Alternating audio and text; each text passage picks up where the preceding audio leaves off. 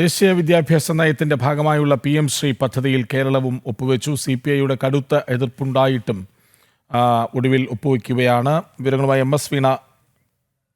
ശരി, MS വീണയ്ക്ക് മുമ്പ് AESFന്റെ സംസ്ഥാന സെക്രട്ടറി ആദിൻ ഒപ്പം ചേരുന്നുണ്ട്. ആദിൻ, നിങ്ങളുടെയൊക്കെ ആവശ്യങ്ങൾക്ക് ഒരു വിലയുമില്ലെന്നോ?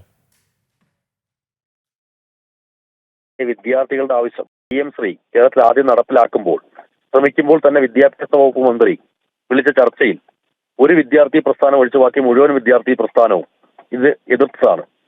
അതുകൊണ്ട് തന്നെ അന്ന് ഒരിക്കലും ഇത് നടക്കില്ല എന്ന് കേരളത്തിന്റെ വിദ്യാഭ്യാസ വകുപ്പ് മന്ത്രി പറഞ്ഞു. ഇപ്പൊ എന്താണ് ഒപ്പിട്ടത് എന്നുള്ളത് കൃത്യമായി നമുക്കറിയില്ല, ചാനലുകൾ പറഞ്ഞു മാത്രമേ അറിയാവൂ.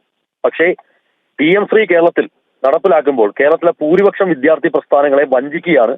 അങ്ങനെ ചെയ്തിട്ടുണ്ടെങ്കിൽ അതിന്റെ അർത്ഥം. അപ്പോൾ നിങ്ങൾ ഇപ്പോഴും എതിർപ്പിൽ തന്നെയാണ്. CPI നിലപാട് അറിയിച്ചു കഴിഞ്ഞു. നാളെ അടിയന്തര സെക്രട്ടേറിയറ്റ് ചേരുന്നുണ്ട്. മുന്നണി മര്യാദകളുടെ ലംഘനമാണെന്ന് ബിനോയ് വിശ്വം പറയുന്നുമുണ്ട്. ഒരുപാട് പാർട്ടി നേതൃത്വം പറയും. AESFന് ഈ രാജ്യത്ത് 28 സംസ്ഥാനങ്ങളിൽ ഒരു നിലപാടേ ഉള്ളൂ. RSSന്റെ തീരുമാനപ്രകാരം നടപ്പിലാക്കുന്ന NEP ഒരു കാരണവശാലും ഞങ്ങൾ അംഗീകരിക്കില്ല. അപ്പോൾ നടക്കണമെന്നാവശ്യപ്പെട്ട് ABVP രംഗത്തിറങ്ങിയതുപോലെ നടത്താൻ അനുവദിക്കില്ലെന്ന് ആവശ്യപ്പെട്ട് നിങ്ങൾ ഇനിയും പ്രക്ഷോഭം തുടരും എന്നാണോ?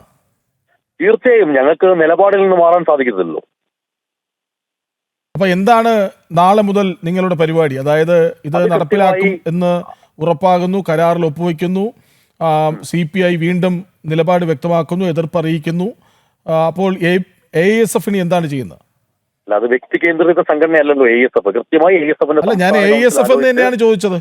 അതാണ് പറഞ്ഞത്, വ്യക്തി കേന്ദ്രീകൃത സംഘടനയല്ല AESF. അതുകൊണ്ട് കൃത്യമായി AESFന്റെ സംസ്ഥാന കൗൺസിൽ ആലോചിച്ച് തന്നെ വരും സമരങ്ങൾ നയിക്കും. ശരി ആദിൻ.